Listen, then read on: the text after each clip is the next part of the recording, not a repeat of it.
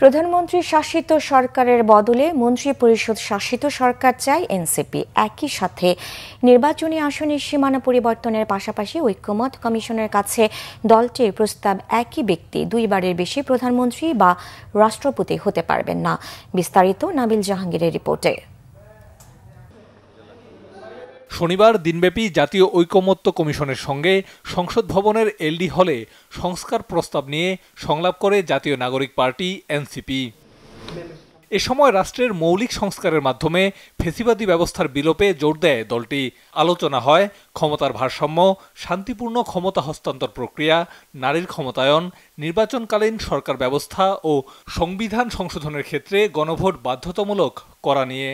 শান্তিপূর্ণ ক্ষমতা হস্তান্তরের প্রক্রিয়ার ক্ষেত্রে আমরা কোন ধরনের প্রাতিষ্ঠানিক নিয়ম তৈরি করতে পারি, এছাড়া নারীর ক্ষমতায়ন এবং বিচার বিভাগের স্বাধীনতা, মোটা দাগে এই মৌলিক বিষয়ের উপরে আমাদের আলোচনা ছিল। ডেপুটি স্পিকার আমরা একজন প্রস্তাব করেছি এবং সেটা বিরোধী দল থেকে হবে। স্বাধীন কমিশনের মাধ্যমে নতুন করে সীমানা পুনর্নির্ধারণের প্রস্তাব আমরা দিয়েছি। কমিশনের কাছে প্রধানমন্ত্রীর একক ক্ষমতার পরিবর্তে মন্ত্রিপরিষদ শাসিত সরকার ব্যবস্থার প্রস্তাব করে এনসিপি।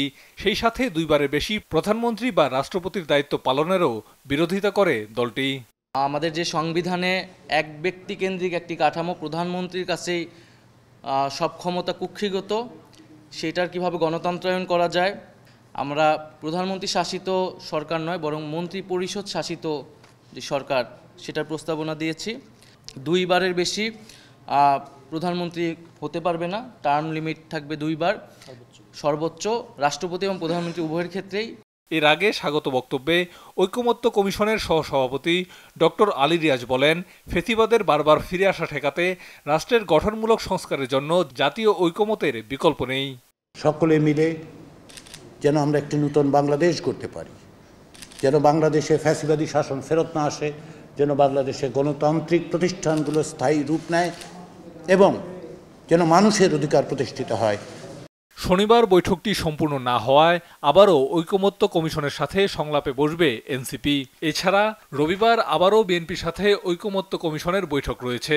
জামায়াতের সাথে কমিশনের সংলাপ 23 এপ্রিল।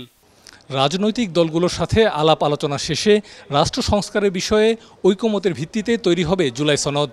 গণ অভ্যুত্থানের আকাঙ্ক্ষা বাস্তবায়ন এবং টেকসই গণতন্ত্র নিশ্চিতে ভবিষ্যতে বাংলাদেশ কিভাবে পরিচালিত হবে তার দিক নির্দেশনা থাকবে ঐতিহাসিক জুলাই সনদে। নাবিল জাহাঙ্গীর, বাংলা ভিশন, ঢাকা।